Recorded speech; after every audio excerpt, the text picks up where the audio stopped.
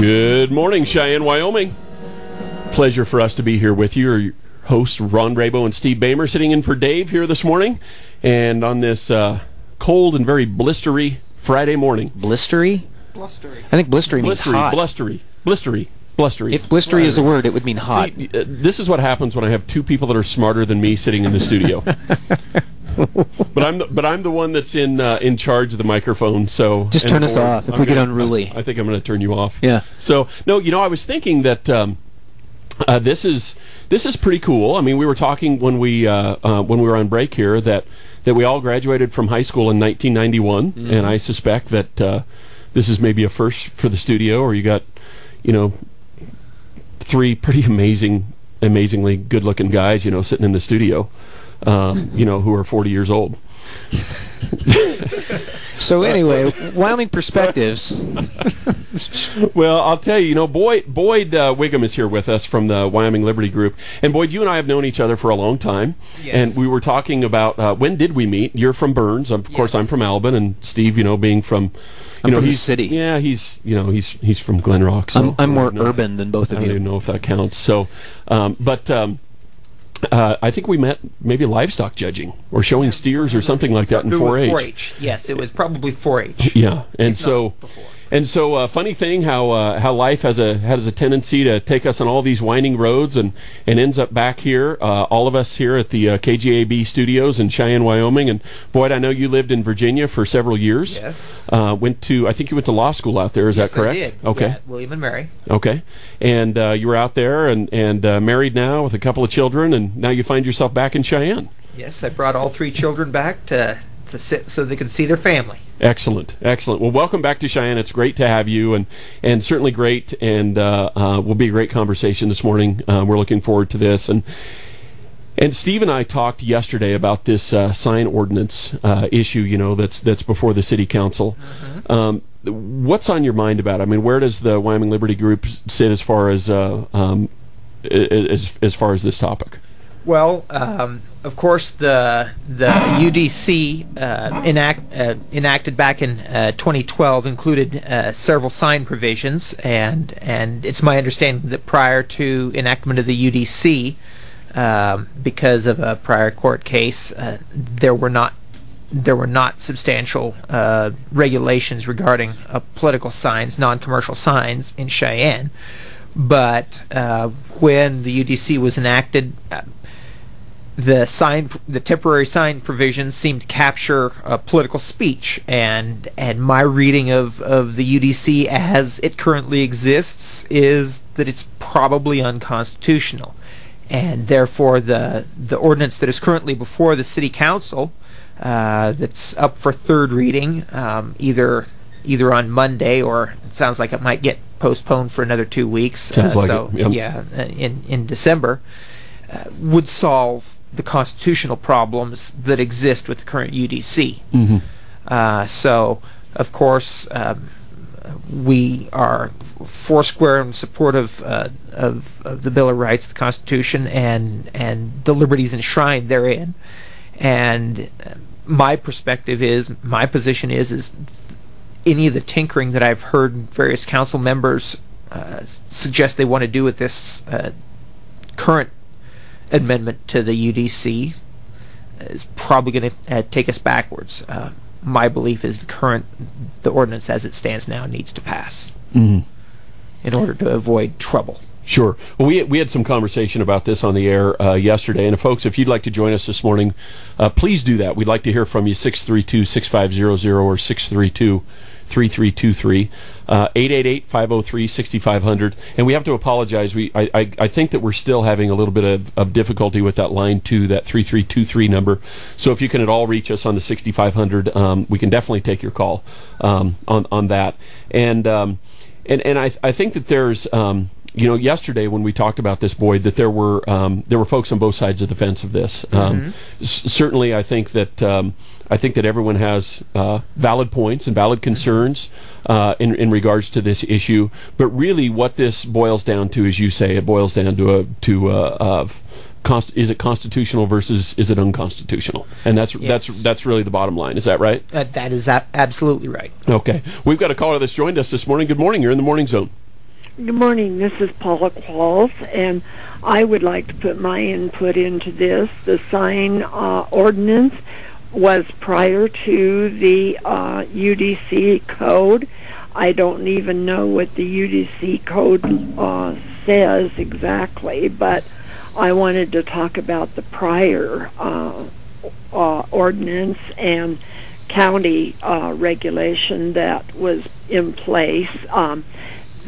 Many years back, I've been on both the Joint Planning Commission, which most of you don't realize that we weren't a Joint Planning Commission, but it was changed to City Planning Commission and County Planning Commissions. But when we were joined as one, we worked many months on sign ordinances, because there were a lot of objectionable signs. There were a lot of signs being put on buildings that were not what the general public and the prior ordinances were. And so we worked many months to get that prior ordinance on the signs so that they were considered legal. And then along came the UDC, and I don't know how they've changed it, but from what I read in the newspaper, it still is the same, that at the current time you can only have 2 political, or whatever they call them, signs in your yard, and all of that. I am very familiar with the 10-day limitation and all of that kind of stuff. Mm-hmm. And I just don't see personally where this unconstitutional attitude came up, except that someone is deciding that that is against the First Amendment. And when it's objectionable to neighbors and people around, and the signs are not in good taste. We had a lot of group went around and were putting figures on light transformers and things like that on the ground, or telephone ones, and they were basically, even though they might consider them as being under the First Amendment, they were not very great for the city of Cheyenne. Well, I have a quick question. I'm sorry to interrupt, caller, but I have a question for the lawyer in the room. I wonder, is there a difference between me putting a sign on my own private property and someone putting a sign on a transformer or a yes. telephone pole? It seems to me there's a legal distinction there. Yes, there's 3 things at issue here. One is whether it's on your own property versus whether you're trying to put a sign on somebody else's property, and that brings in a whole new set of issues and a whole new set of ways to get into trouble. And then the other thing is the difference between, admittedly, whether they're ugly or not, but the commercial signs versus the non-commercial signs, the signs that are espousing some sort of an idea, like in the residential context, a commercial sign might be the for sale sign that you have out in front of your house. Or the, if you've got a home business and you've got a sign up that says that that's where you're, doing whatever it is that you're going to do in your home that's legal. Those would be commercial signs, and those are different than what we call non-commercial signs, whether they're election signs or a sign about, I don't know, free Tibet, support our troops, war is not the answer. Those kind of examples that aren't really tied to a specific election. Those are treated differently than the business signs. Or even a garage sale sign. Well, and that's why I asked, because and caller, thanks very much for the call, and I appreciate your history and your background on this issue. As you were talking about signs going up on transformers and telephone poles and those kinds of things, it just seemed to me that those are fundamentally different than a political sign in my yard. So anyway, exactly, and I do agree with him that there is a total difference between commercial and the political and things like that, and that was considered in those many months of study that we did. So Okay. I just want to add my 2 cents and let you know that at the time there was no one who objected to the sign ordinances that were enacted at that time. And I'd have to go back and look when that was exactly that we did it, but it was many years back. Yeah, because I know that the lawsuit, the opinion or the decision on the lawsuit between Mr. Williams and the city of Cheyenne was 1996, when a time limit that the city of Cheyenne had on signs was struck down by the court. Very Well, good. I've been on Planning Commission since 2000. Okay. Okay. So. Okay. Well, Well, thanks for your Paula. involvement, and thanks very much for calling and joining us this morning. Hope you have a great weekend. You too. Thanks. Yeah, thank you. Well, I don't know. Maybe, Boyd, maybe this is the wrong time. Ron, I don't know how much time we have left, and I see we've got a caller dialing in. Maybe after we hear from the caller, I'd like to pursue an avenue with this discussion that came up at the tail end of the story that was in the newspaper yesterday. And frankly, I was a reporter out of college, and so I have my own First Amendment biases about this kind of thing. And I just don't know what the answer is, but I want to make sure we get our callers some time here. So Yeah, I'll keep that on Let's deck. get our next caller in, and then we'll go that path. How's that sound? Good. Yeah. Sounds great. Good morning. You're in the morning zone. Good morning, gentlemen. Ron Williams. Good morning, sir. I had a feeling you would want to talk about this, Ron. The lawsuit was, if you have a pencil handy and you're interested, docket number 139-215.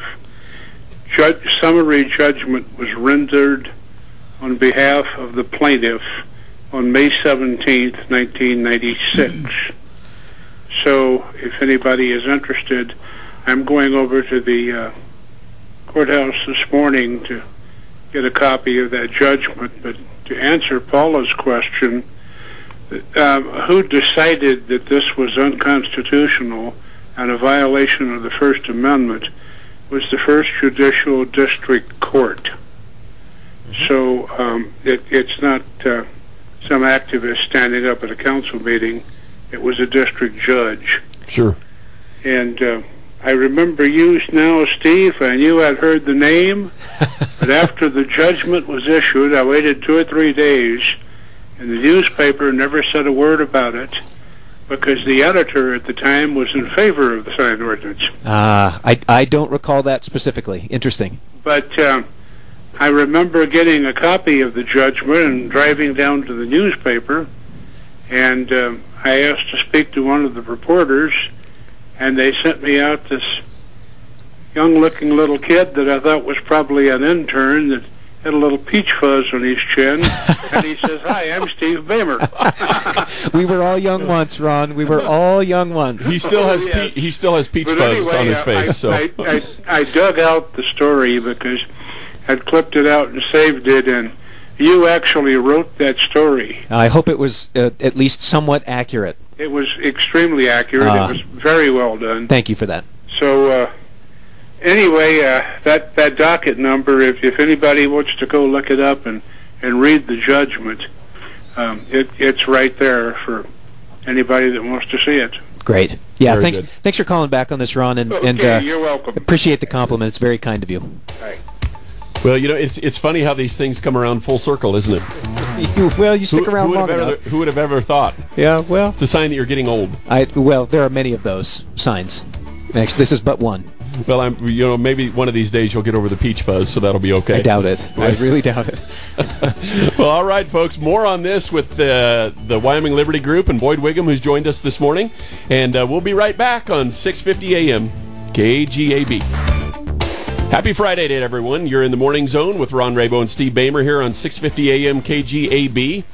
We're having a great discussion about free speech and the First Amendment and the Second Amendment. Steve Bamer. We'll do that another day. Off the air here. So we're going to leave the Second Amendment for another day. But we are speaking about the First Amendment today, and we're joined in the studio here with our friend Boyd Wiggum from the Wyoming Liberty Group. And Steve, you had a direction you wanted to take this thing before we went to break. Well, yeah, thanks, Ron. I wanted to address a comment or a concern I saw in the newspaper article about this sign ordinance in yesterday's newspaper. And right at the tail end of the article, I think there was a citizen who said something along. I'm gonna not quote this precisely, but something along the lines of, we have other concerns in addition to political campaign signs and issue-oriented kind of signs. What's next? What if someone decides to put up a sign in their yard that has a swastika on it, or a gang symbol, or something like that? I mean, do we have to tolerate that too? And you and I kind of glanced off of that yesterday in our discussion. As I've said before, and I think it's probably clear, I'm not a lawyer, but it just seemed like a good opportunity, Boyd, to get your opinion about, must we tolerate those kinds of signs? My sense is yes. In general, yes. Yes, that is the kind of thing that, although it's unpleasant, if somebody's trying to convey an idea, and you mentioned the swastika, and due to my immediate family's history, we have a particular abhorrence in my household to that particular regime. But that said, that is the kind of communication that is distasteful but protected under the First Amendment. The First Amendment doesn't include a caveat that says, Congress may not prohibit free speech except for unwelcome or unpleasant speech. It is pretty much clear cut. Congress shall make no law abridging the freedom of speech, and the courts have repeatedly said that this especially applies to non-commercial speech, to the big ideas, to not only election campaigns but broader concepts. You mentioned the swastika. I mentioned free Tibet. It was a common phrase that we saw when we were in college. Sure. Bumper stickers, those kinds of things, and this is the kind of speech that the Constitution exists to protect, and we need to remember that the Constitution exists to protect individuals from what the majority would have them do. Sure. We've got an elected government. To get elected, you've got to win a majority of the votes. Whatever the elected leaders are doing, it's by virtue of having one majority support. And even in light of that, folks like James Madison recognized that poses a particular threat to individual people who might not agree. In this case, we're talking about politics or aesthetics or ideas. And that is why we have the Constitution, to protect individuals in spite of what the majority might prefer. Right. I'm going to get this wrong. Correct me, the man with the law degree. It's de Tocqueville's concept of the tyranny of the majority, right? Yes. It's protection against that. Exactly. We talked about this a little bit too during the break. Talk about and I think you mentioned that the Supreme Court actually used the phrase visual clutter. Ron and I talked about this yesterday. You may not like it. It may clutter up your neighbor's yard. You may find it distasteful, but it seems the Supreme Court has directly addressed the idea of whether clutter is a valid argument for limiting political speech. Yes, the Supreme Court had a case before it. I'm not going to try to cite the case name because there's a chance I'll mess it up. But they were faced with a sign ordinance that existed to limit these ideological signs because these signs might create a visual clutter in neighborhoods. And the Supreme Court said at that time that this is a important consideration for government. It's valid, it's important, but it's not the kind of compelling consideration that justifies curtailing freedom of speech on private property regarding non-commercial things. So it's not a for sale sign. It's in that case, I believe it was a war is not the answer sign in Missouri at the time of the first Gulf War. Sure. Okay. We've got a caller that's going to weigh in on this. Welcome. You're on the Morning Zone. Howdy. How are you? The Constitution keeps things pretty simple. Look at the First Amendment, the 10th Amendment, and so forth. Some are just a sentence. And I would disagree that it's totally blanket when it comes to the First Amendment because, we don't have freedom of speech in everything. You don't have freedom of speech to conspire with your neighbor to shoot the president or your neighbor your other neighbor or something like that. So why don't we look at the Federalist Papers and find out, as one founder said, in the language of the day and in the correspondence between the people who wrote it, what they meant by that. Very good. That's a good place to start. That's a good place to go. Yeah, so then, does it say, looking at what they say, does it say that, swastikas can't be on sidewalks and stuff, or not? Instead of just making a blanket statement that nothing is banned. I'm not saying it is or it isn't. But yeah, anyway. I have not seen that particular discussion. That's my comment. Yes. Great. Thanks for calling us. We appreciate that. Well, and that goes back to the fact of do we just only ever want to deal in absolutes, or are there limitations on some things? Well, we already know there are, right? Sure. We've talked about that a little bit. We already know that. I think we mentioned yesterday, Ron, every Cub reporter, which Ron Williams mentioned earlier, knows that there are time, place, and manner restrictions on the First Amendment. Absolutely. And we accept those as reasonable limitations on our free speech, right, Boyd? Yes, that's fair. But we're dealing with something that's not a restriction on a time, place, or manner if the net result of that is prohibiting somebody from conveying the message at all. Mm-hmm. And that's why I think I can make a pretty good case that the 2-sign limit that exists now forecloses somebody from being able to speak about an upcoming election. If in the next year we're going to have a gubernatorial a race, Mm-hmm. we're going to have a congressional race, we're going to have some local races.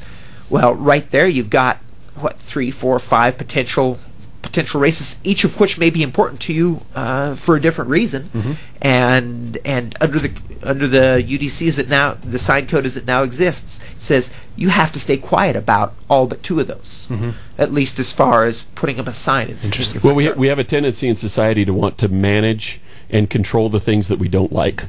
True. That if we don't like whoever's running, they've got too many signs in their yard, promoting this particular person.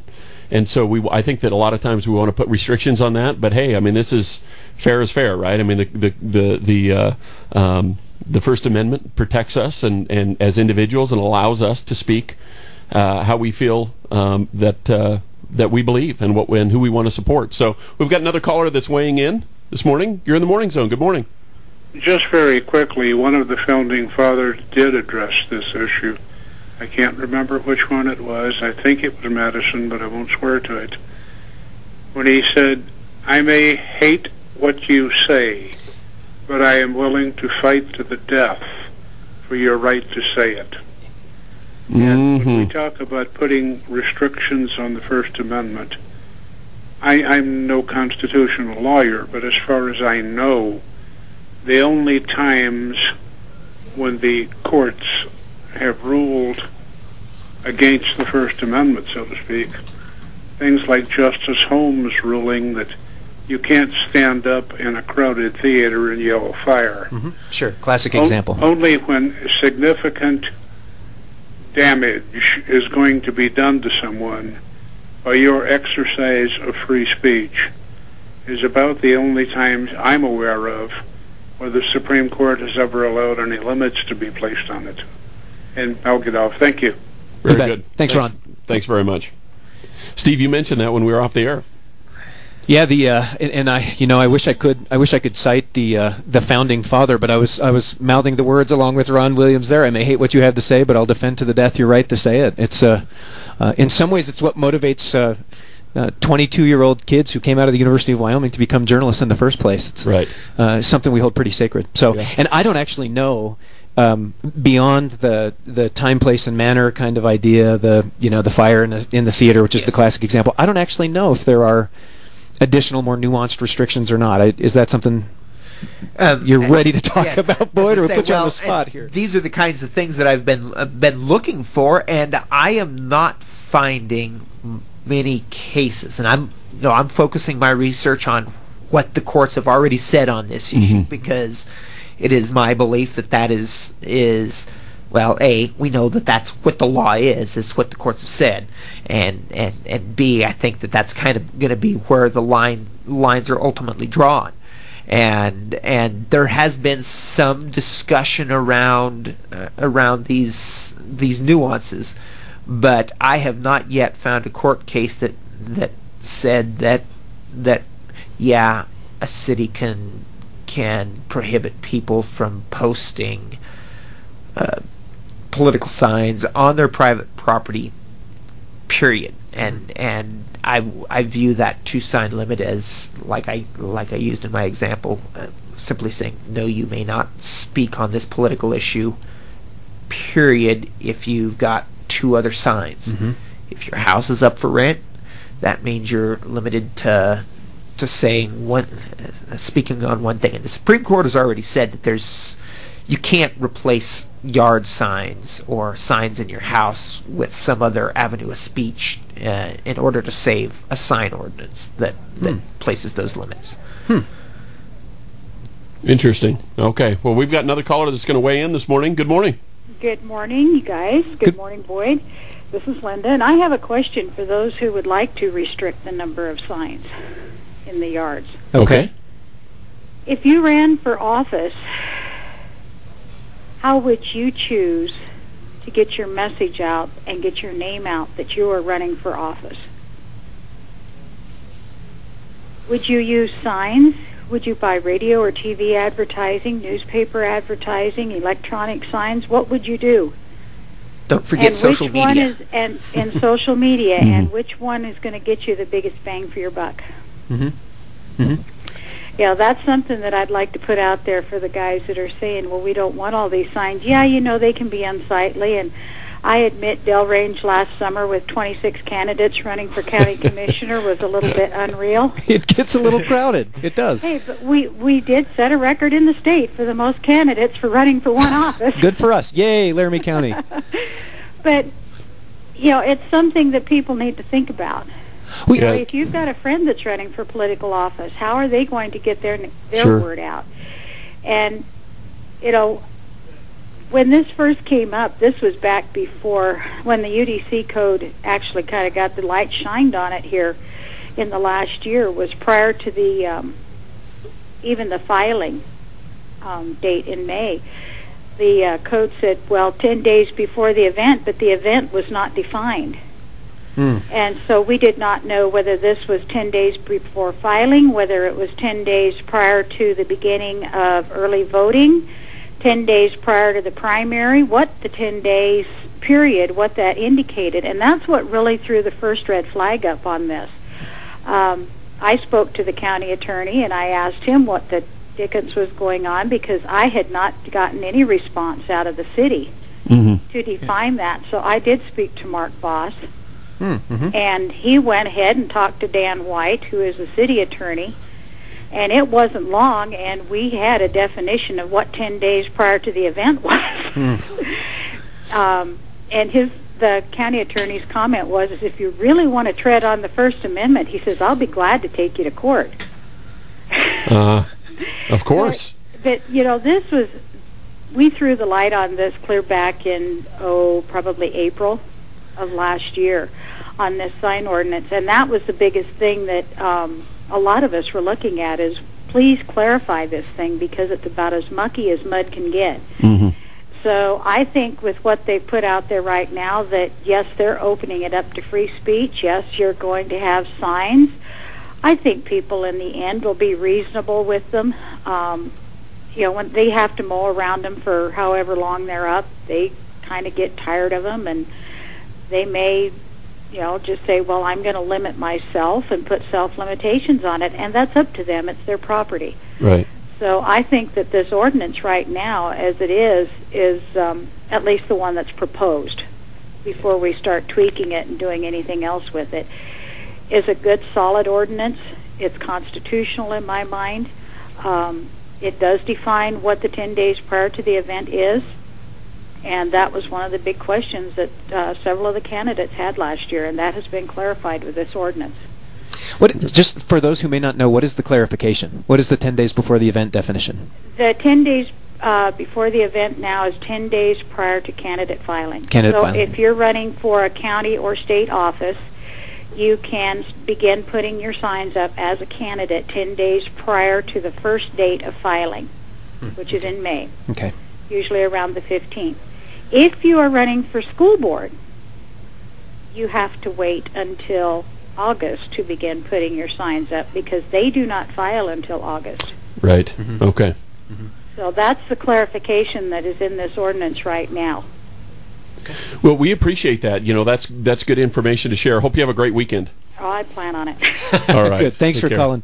Bye-bye. So, Boyd, I think when we started out, well, let's just go back to that maybe, and you can tell us what you think. The ordinance as proposed, as our caller just suggested, seems okay to her, seems constitutional to her. Is that that's the position you take? That is the position I take. Is the ordinance as it's proposed is constitutional. Now, as a little quibble, when I've read through it, I don't see that this particular ordinance that the city is looking at includes the clarification about the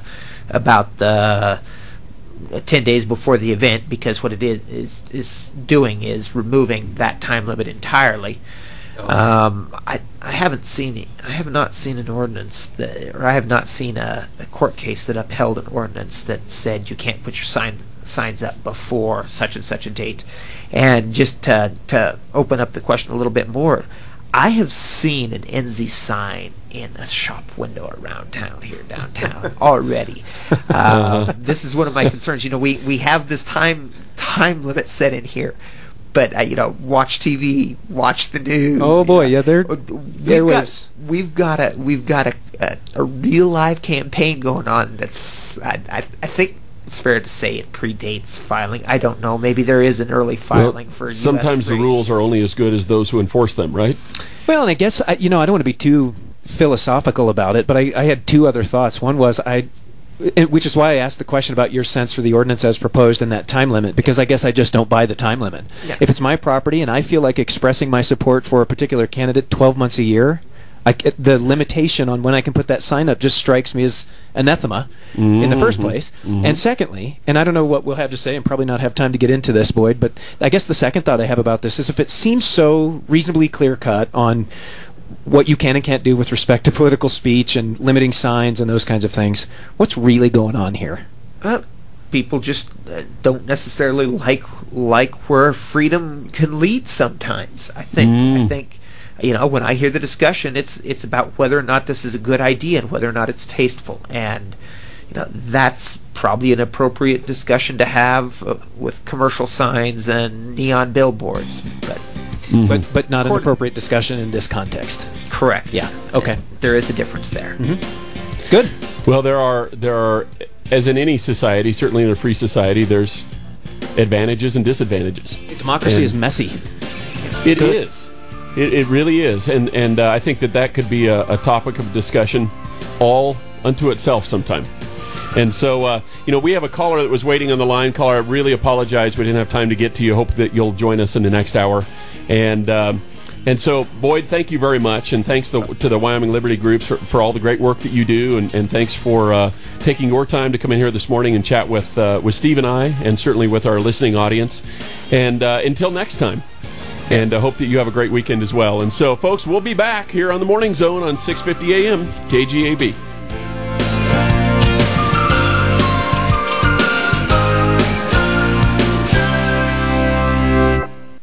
KGAB Orchard Valley, Cheyenne, a Wild Preps radio station.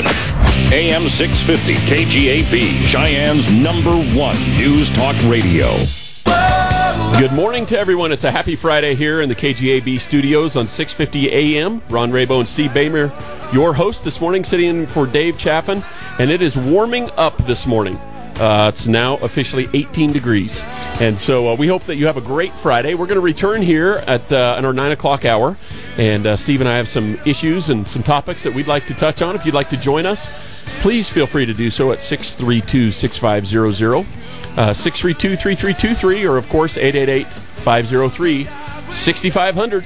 We look forward to more great conversation. We'll be right back after the break.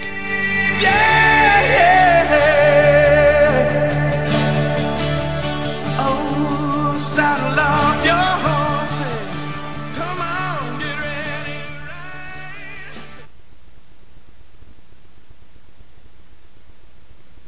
ride. You're in the Morning Zone on AM 650 KGAB. Hello? I'm a small business owner. Can somebody help me with my website? I have no idea what you people are saying. What about search engine optimization? Anyone? There was a reputation management. Social media? Mobile media? Hello? Welcome to Town Square Interactive. Less noise, more solutions. A team of internet pros as dedicated to growing your business as you are. Town Square Interactive. It's like having your own internet team without the payroll.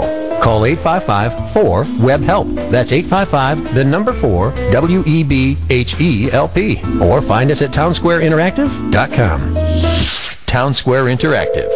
Brilliant. Now, the same web experts that run this station's website are available for Cheyenne businesses. Call 855-4-WEB-HELP now. That's 855-4-WEBHELP. Or find us at townsquareinteractive.com. Attention, teachers, nurses, social workers, government employees, police officers, and firefighters. If you're still paying on student loans, get ready for a special announcement. Your entire student loan can be forgiven. You heard correctly. Broadsword Student Advantage has free information on how you could potentially have the remaining balance on your student loan debt forgiven. Broadsword Student Advantage can help anyone with $10,000 or more in federal student loan debt potentially cut their payments in half, reduce their interest rate, or consolidate their outstanding loan. But if you are a teacher, nurse, government employee, police officer, firefighter, or work for a nonprofit company, you have the added benefit of potentially having your student loan forgiven. Call now for free information to find out how. Call 800-203-0018. 800-203-0018. Don't waste another payment on your old student loans. Call for your free loan forgiveness information now at 800-203-0018 or visit online at getforgiven.org. So, when it comes to keeping your precious valuables safe,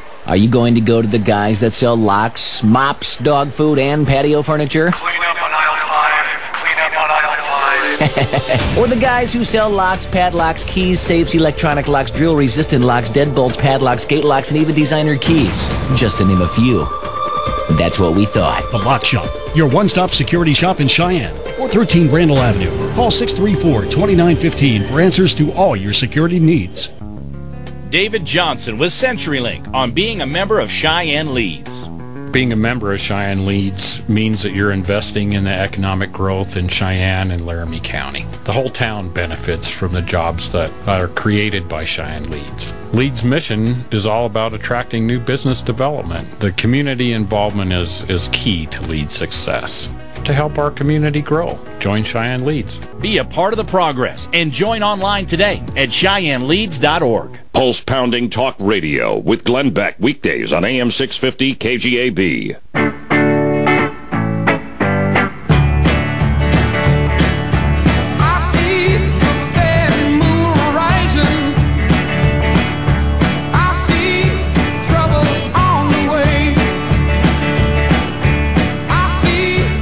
Bad Moon's Arising, Steve Bamer. Little Creedence Clearwater Revival in the key of D. I have no idea what key that's in, but it's a great song. I think it's in D. Okay, well, there you go. There's your answer. You know, we've got a very, very, very patient caller that has waited to join us here today, that joined us here on the commercial break, and I want to make sure that, first and foremost, that we get that caller on the air here this morning. Good morning, caller. You're in the Morning Zone. How you guys doing? We're doing great. How are you? Are we still talking about the offensive against the Constitution? We're talking about whatever you want to talk about this hour.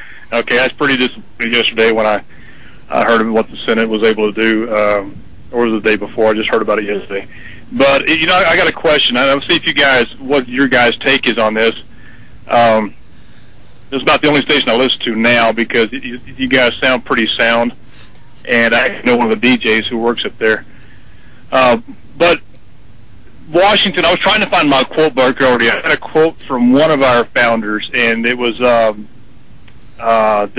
the Constitution is not applicable to an immoral nation or a morally unsound nation.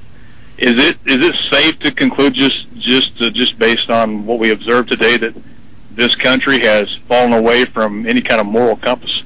Do you think that's the reason we're seeing the results we are now. Not just because of what's going on in the Senate, the Congress, and the White House, but just us as a nation. We've fallen by the wayside, so it's no longer applicable to us. Just get you guys' take on that, see what you think. Wow. Well, yeah, wow, what a deep question. Thanks for joining us this morning. I think partly it's due to that.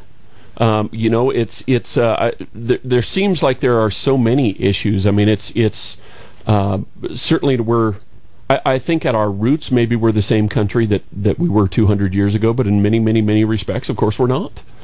And so what's that due to? I mean, is it due to the erosion of family values? Is it due to the erosion of morals and values in general? We had a caller yesterday that joined us after we talked about this crazy politicians, both in Canada and the one from Florida who got caught, of course, buying cocaine. Mm-hmm. That's despicable. It's disgraceful. And we had a caller that joined us and said, "Hey, look, I mean, I really think that this is a reflection of the society. It's a reflection of our morals and where we are today." And so, I mean, there can be. I guess there's many sides to the issue. I have a tendency, because of what I believe, that if we would go back to our foundational values and principles, and adhere to more of a strict moral compass, that we could correct a lot of these issues. I mean, a lot of this, I think, boils down to accepting personal responsibility for our actions and respecting others, but in a free society, as we talked in the last hour, where are the limitations on that? Mm-hmm. Right. Yeah, and I don't mean to cut you off. No, go ahead, Colin. There's a book by a guy named Hilmer van Kamp, or he says von Kampe. He was a German during World War II, a German soldier, and he said the whole nation fell into the Nazi ideology. Mm-hmm. But when years later, he's done several videos and he's written a book. He said it wasn't about the Nazis, and it wasn't about just evil sweeping through a nation. He said, first of all, Germany had fallen. We were a godless nation. He goes, that's why we fell. He said people didn't have their own moral compass, the right guides through church or even through philosophy, or he said they were so wrapped up in intellectualism, and they thought they were superior. They didn't really humble themselves and say, you know what, maybe we're blessed because we have a divine being that answers our prayers and looks after us and helps us when, he said they were a godless nation. He goes, that was the crux. That's where it started to fall apart. He said that's why they got to where they were. So I'm just wondering for several decades now, we've been trying to force God, Christianity, Christmas, anything that has to do with a moral deity or a deity looking over us. Mm-hmm. We've even stopped, I think, now swearing or taking an oath. They're trying to take God out of the military oath now, and I know in some courts they've taken it out. You don't have to put your right hand on the Bible and say, "So help me God." And then swearing you'll tell the truth and the whole truth. So I mean, if we don't recognize a higher being, I mean, what's to stop me from lying to a judge or a lawyer or to a jury if I think there's no higher power to judge me afterwards? Our courts are the same way now. It's all about winning. It's not about protecting the innocent. It's all about winning. So some guy can make a name for himself and have a bigger law firm. Or I'm not saying just lawyers. Please don't get me wrong. Sure. But if we don't answer to someone above us, right. And what's to stop me from lying and cheating on my taxes or lying and cheating on a school test? I told my kids a long time ago, I said, just remember one thing, there's always somebody watching you. Whether you think there is or not, I said, just remember there's always someone watching you. So when you're sitting there working on something and you decide to take a shortcut, just remember maybe you shouldn't, because the Bible says we should work unto the Lord, not unto men. We shouldn't want people's approval. We should want His approval. But I think as a nation, we've looked at God now as a tyrant, and we don't want Him in our lives anymore because He tells us what we're doing wrong. And the Bible's kind of like a mirror reflection of who we really are, so we don't like to look to see our faults. We like to see the good side only, but we have to take the good and the bad both with ourselves first, and then expect those in our politicians and our civic leaders as well. So, I mean, I'm not preaching. I'm not a religious diehard. I hardly even go to church, but I do read the Bible, and it does give me a good reflection of who I am and who I should honestly call myself, are you, James, it starts with you. I hate to quote somebody, but Michael Jackson, look at the man in the mirror first, or the woman in the mirror. Sure. And you change yourself first to be a better person, and then you expect that out of others. So, but I don't think so. That's what we do nowadays.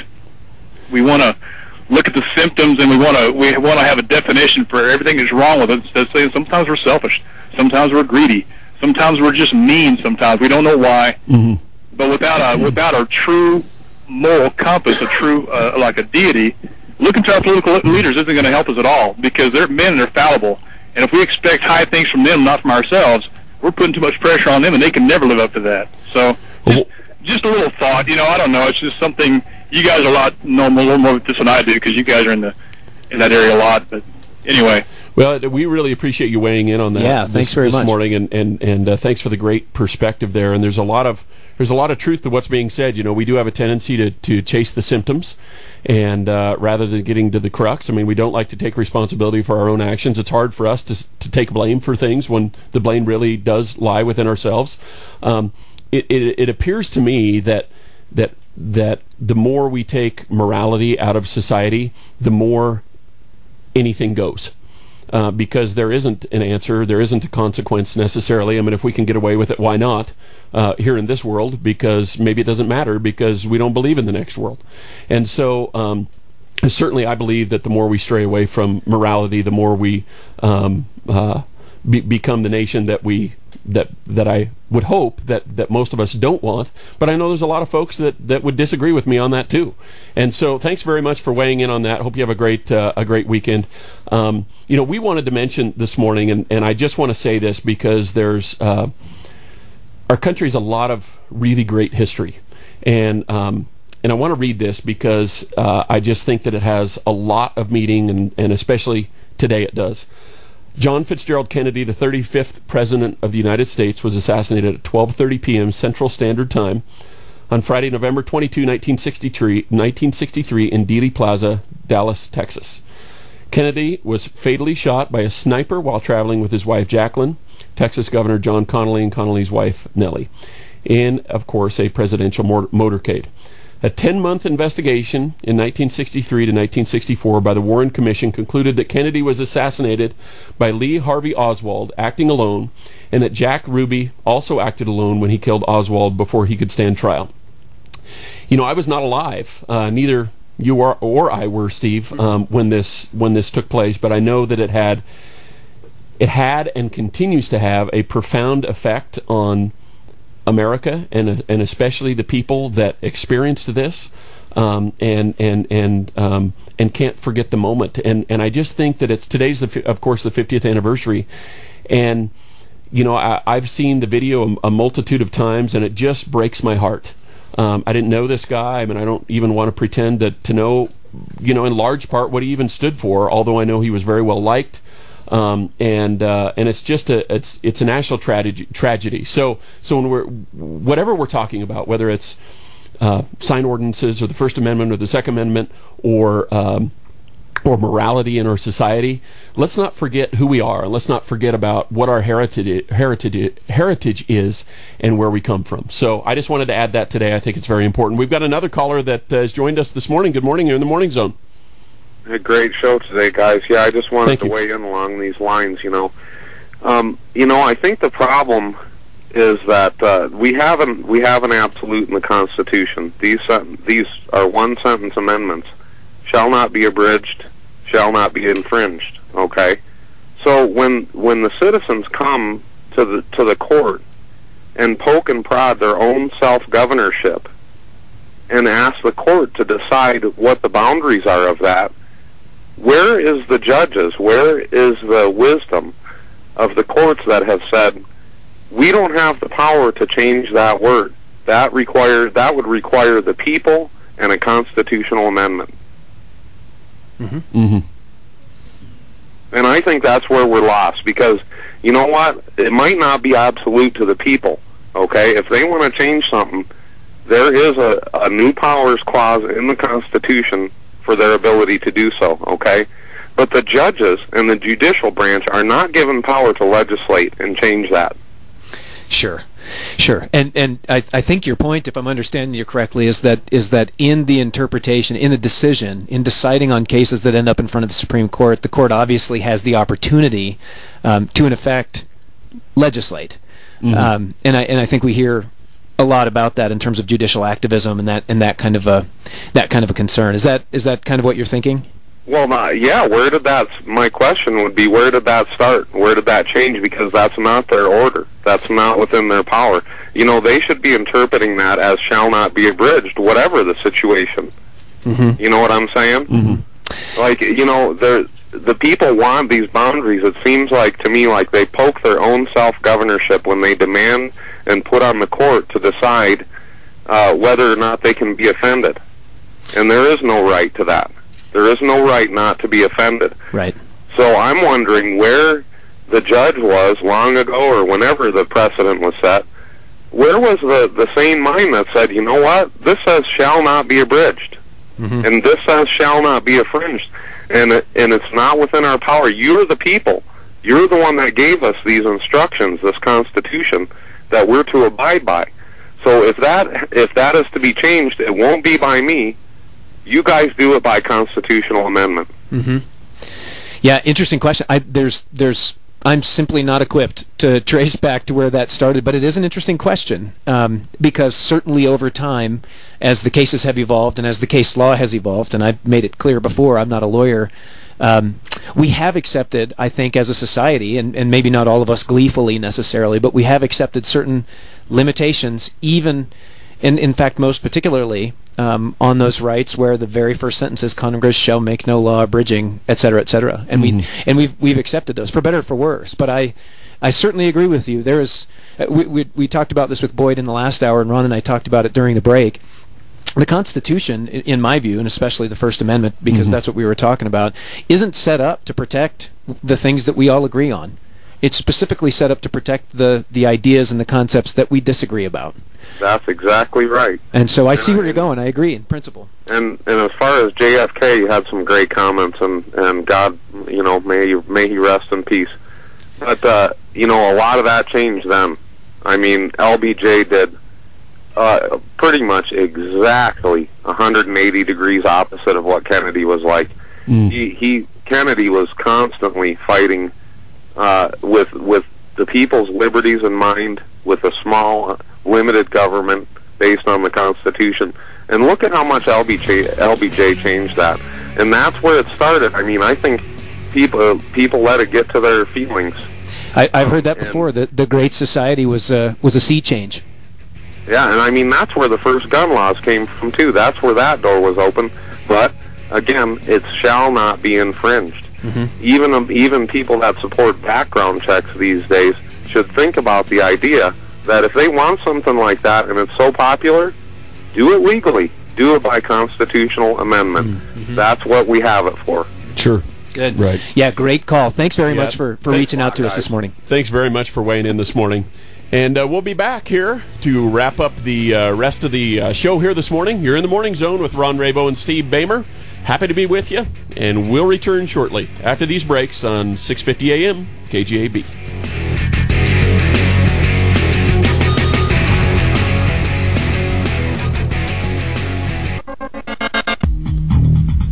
Building the suspense here on 650 AM KGAB. Ron Rabo and Steve Bamer with you this morning. And Steve, if you heard it on the internet, it must be true. It must absolutely be true. I did not know.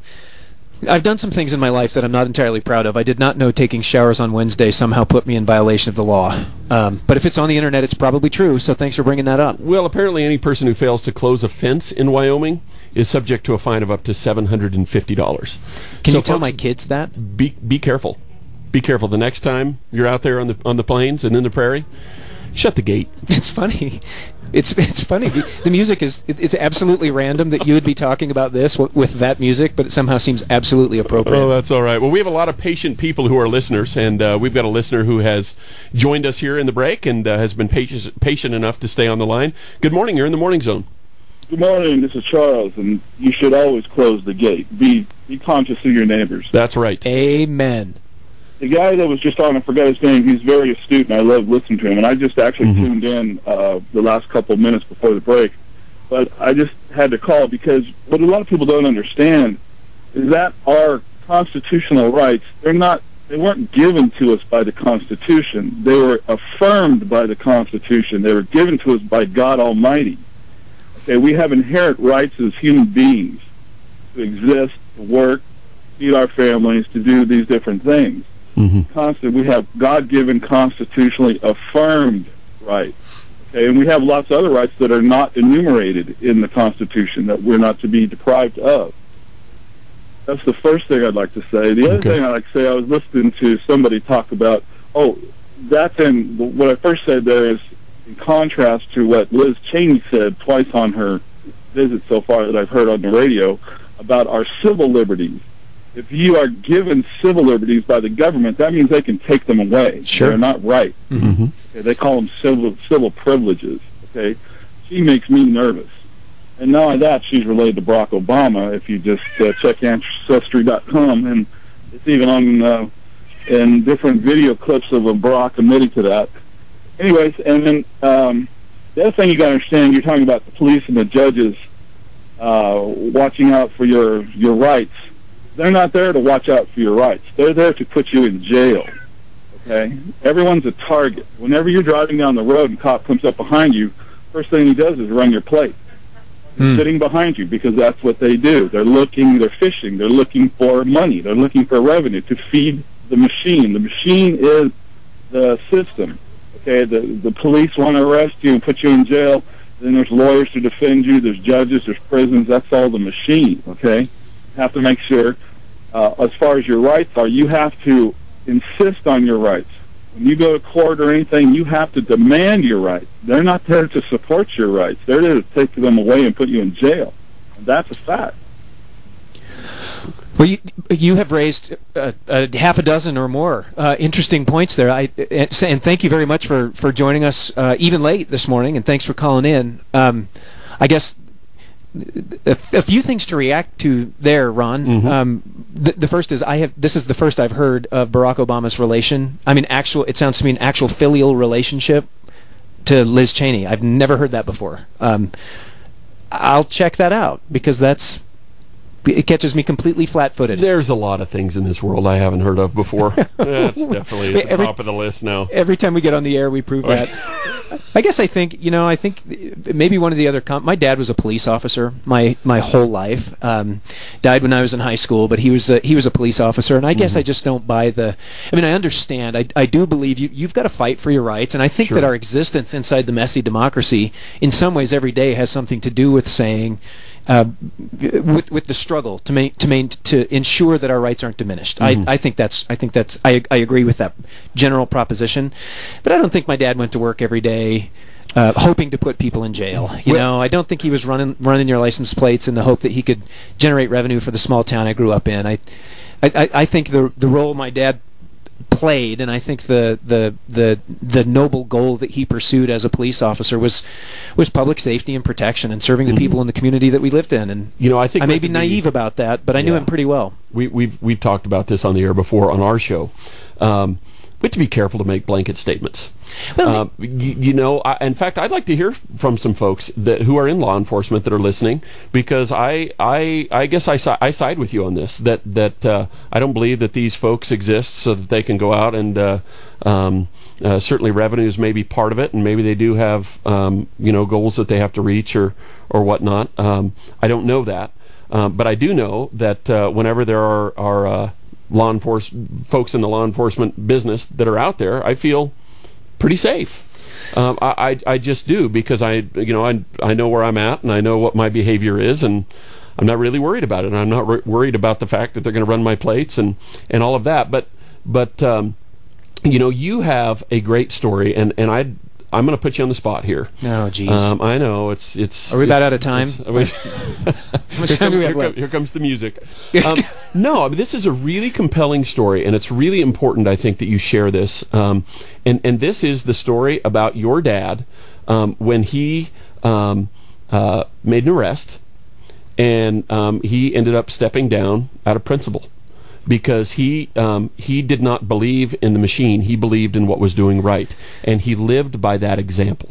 and there's so much power in that. Well, yeah, and I don't think it would necessarily have been or would be today unique to him. The short version is that my dad was the chief of police in the town I grew up in, and there was someone else, another officer, who had made an arrest of a juvenile, and so completely botched the arrest in any number of ways, failure to provide a Miranda warning and all kinds of other things that I'm not legal scholar enough to know all the details about, but at any rate, messed it up enough that my dad ended up demoting him. It was a reprimand situation, and of course, you grow up in a small town. Everybody knows everybody. The barber shop owner is the brother of the person who runs the coffee shop, who's the cousin of the mayor, and that kind of thing. So, the long and short of it is that they sort of went around the system and reinstated the guy. And my dad felt strongly enough about the principle and about upholding the law and about our public servants, especially those in law enforcement, being trustworthy, that he fought to get that decision reversed and failed, and so he resigned as a matter of principle.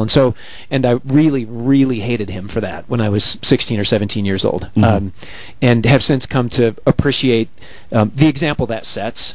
And that's where this derives from. Two things to wrap up, I guess, this sort of reaction to that caller's comments, and I appreciate them very much. One is that I don't worry either if the police officer behind me at an intersection is running my place. I haven't done anything wrong. I suppose if I get arrested for not having done anything wrong, then I'll be in the struggle to maintain my rights. I guess that's one piece of it. But the other piece is I think that I just don't take as overtly cynical a view of public service and of public servants and of the work that they're trying to do. There are bad apples in every bunch, no question about that. Yeah. But generally speaking, I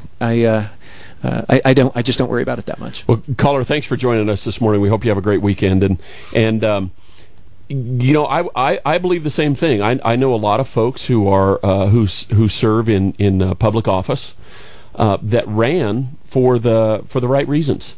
At least what they believe to be the right reasons, and that they didn't get into exercise a lot of power or to maybe exert. I think they got involved to exert their influence on what they believe, and which is what everyone's right is. Now, we might not necessarily agree with what that is, but I don't think a lot of them go in because they want to control and they want to, single-handedly change the face of the country. I don't think so either, but I do think that can be. We shouldn't be naive about this. I do think that can be intoxicating. We've heard that before. Power corrupts, and absolute power corrupts. Absolutely, I think it can be intoxicating.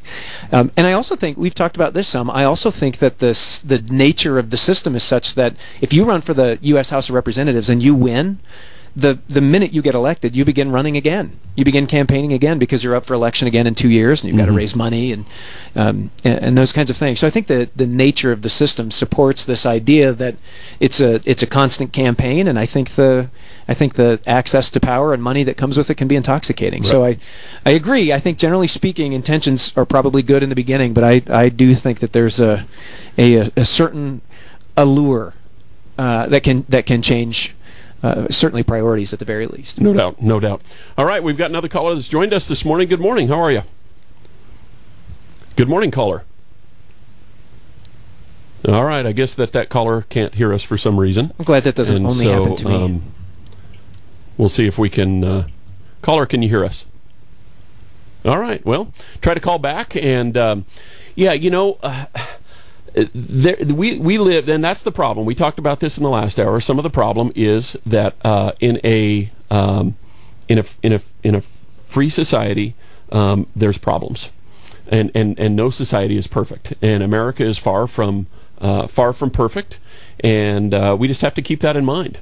And I really appreciated a couple of, I think it was maybe one or two callers ago, where a caller said that. No, I can't even remember where I was going with that, Steve. I'm trying to figure out the phone. Are you here, tired? Well, no, I've got a caller on the line here, and I can't figure out why the phone is not working. We've been getting up pretty early here, but that's no excuse. No, we had a caller that weighed in and said that when we talked about the morality of America and I think it's great that we're able to have these conversations. That's one of the things that I value so much about about a free society. And there's a lot of folks, obviously, maybe who are listeners or people who are on different stations or people who are in my neighborhood, that I disagree. But I would sure rather, and you said this off the air too, that I would sure rather know where these folks are coming from than to wonder.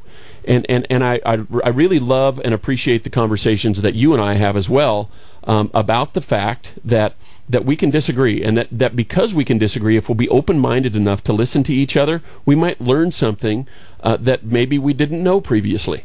Well, and sometimes I want to dig into these things a little bit more, and the format doesn't necessarily lend itself to it. You don't necessarily have time or the experts on the air, although we have lots of experts in the audience. But I think that question about does the Constitution apply to a morally bankrupt society? I don't know that, I don't believe I've ever read that.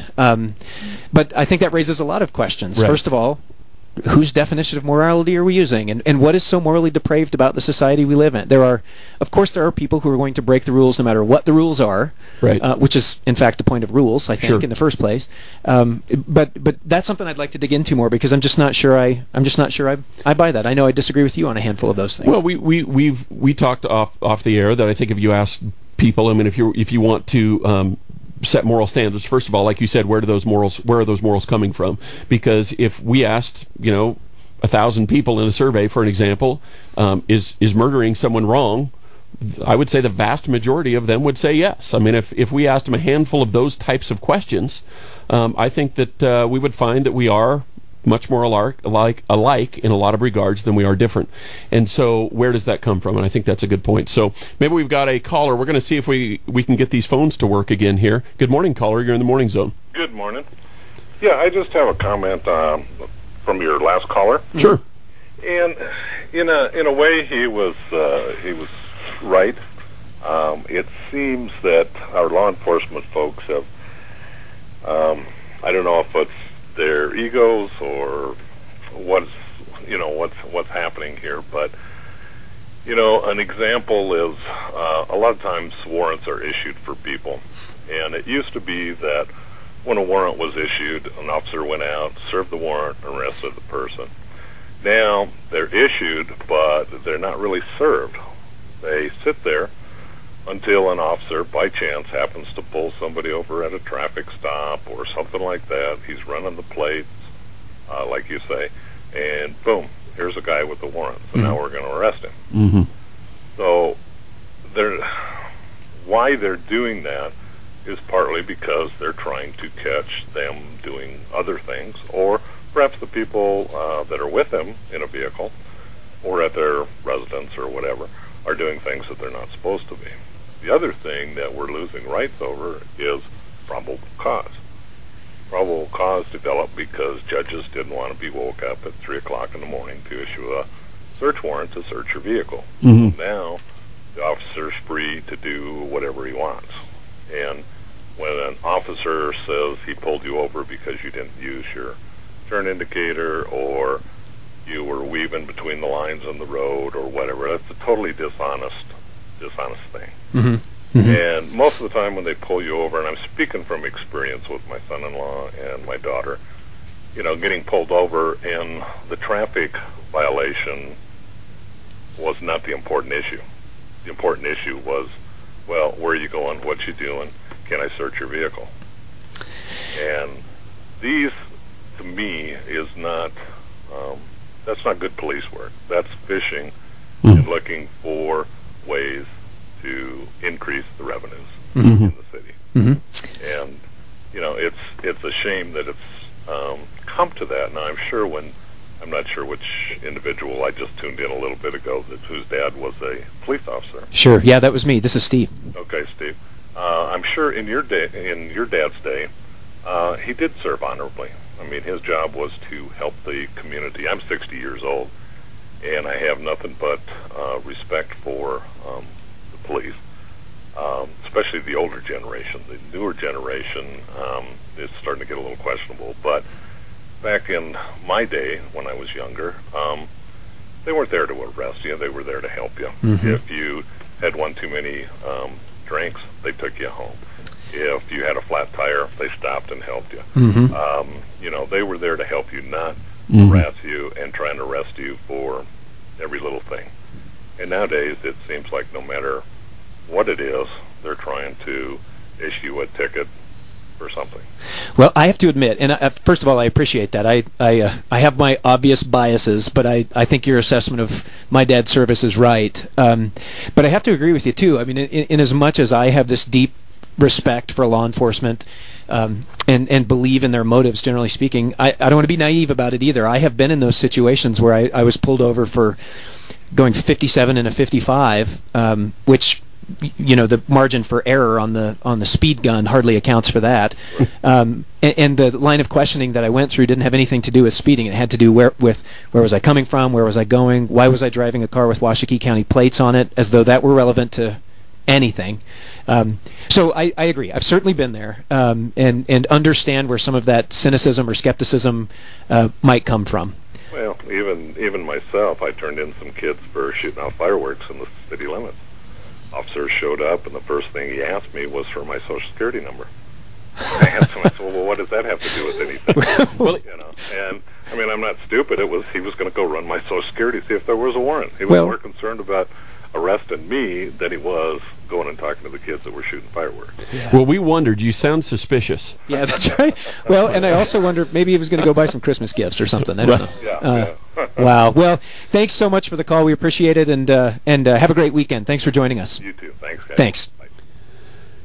Yeah, you know, there's there's a lot of things to weigh in on this, but I think I want to wrap this up, and I know we've got some more calls coming in here this morning, but we've got to wrap up because our time is out. Yep, it's almost over. But I want to personally thank those folks that do give of their time and that do provide their expertise and their thoughts, agree or disagree with those people that serve the public. I think that's important to recognize that, and certainly to be mindful of as we're experiencing this and going through this 50th anniversary of Kennedy's assassination, and to remember the folks that have made a difference and have done the positive things in this world that have had a tremendously positive effect on this country and where we are and what we believe and what we stand for. And so, folks, we'll be back with you actually in the morning on our show. You can tune in for a change. On our own show, Rethink on the Radio at 7 o'clock tomorrow morning. And then, of course, we'll be back in the Morning Zone with to sit in for Dave on Monday as well. So we hope you have a great weekend. We hope that you'll join us in the morning. You can check us out at www.rethinkthebasics.com. Enjoy your Friday. Stay warm and drive safe.